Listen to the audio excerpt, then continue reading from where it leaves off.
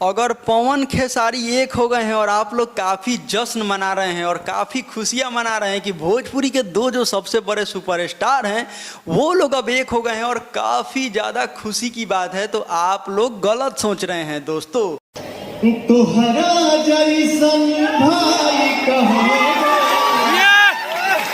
तुहरा जैसन यार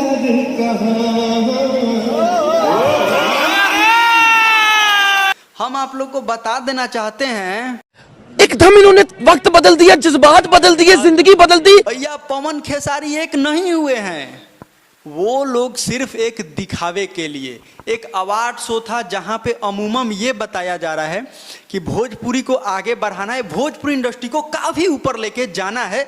रवि किशन और मनोज तिवारी का एक मैनेजमेंट था कि पवन खेसारी को एक कर देना है।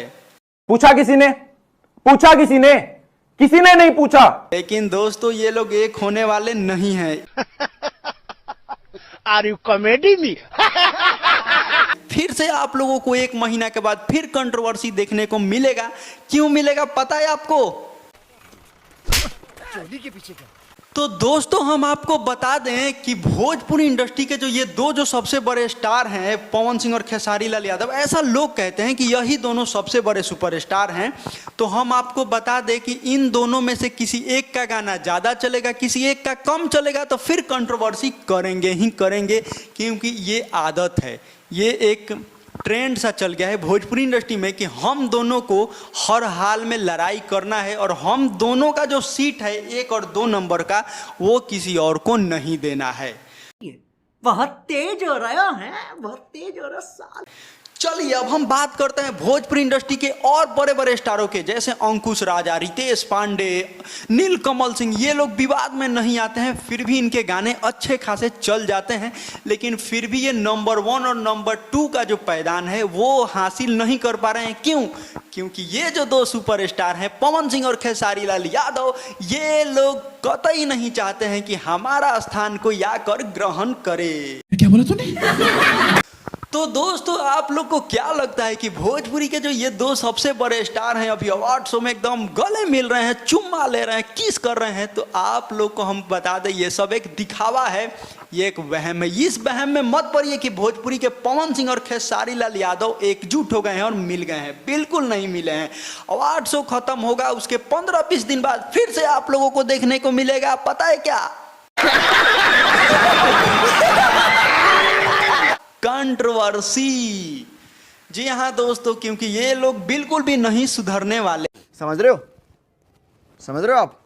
समझ रहे हो? खेसारी लाल यादव का कोई गाना आएगा और 100 मिलियन क्रॉस कर जाएगा तो पवन सिंह के जो चाटने वाले हैं वो लोग विवाद खड़े कर देंगे और फिर विवाद विवाद विवाद इतना विवाद होने लगेगा कि फिर आप लोग भूल जाइएगा कि पवन सिंह और खेसारी लाल यादव मिले थे।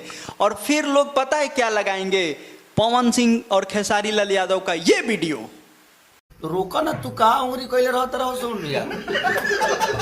किराए में फोन भी के घर पे यादव पैर छूते हैं बड़े भाई समझकर, लेकिन जो लोग पवन सिंह और खेसारी लाल यादव के नाम पे फेम कमाते हैं वो लोग इस वीडियो को इतना ज़्यादा वायरल कर देंगे कि पवन सिंह और खेसारी लाल यादव को मतलब क्या कुछ नहीं बोल देंगे। आप लोग समझ सकते हैं। रुको जरा, सब्र करो। झगड़ा कराने का मुख्य वजह यही लोग हैं जो पवन सिंह और खेसारी लाल यादव के चाटुकर्ता हैं, ऐसा हम बोल सकते हैं। मुझे बिल्कुल भी ये ऐसा बोलने में कतई भी शर्म नहीं आएगा, क्योंकि ऐसा ही होता है। हाय हाय, इतना सुकून।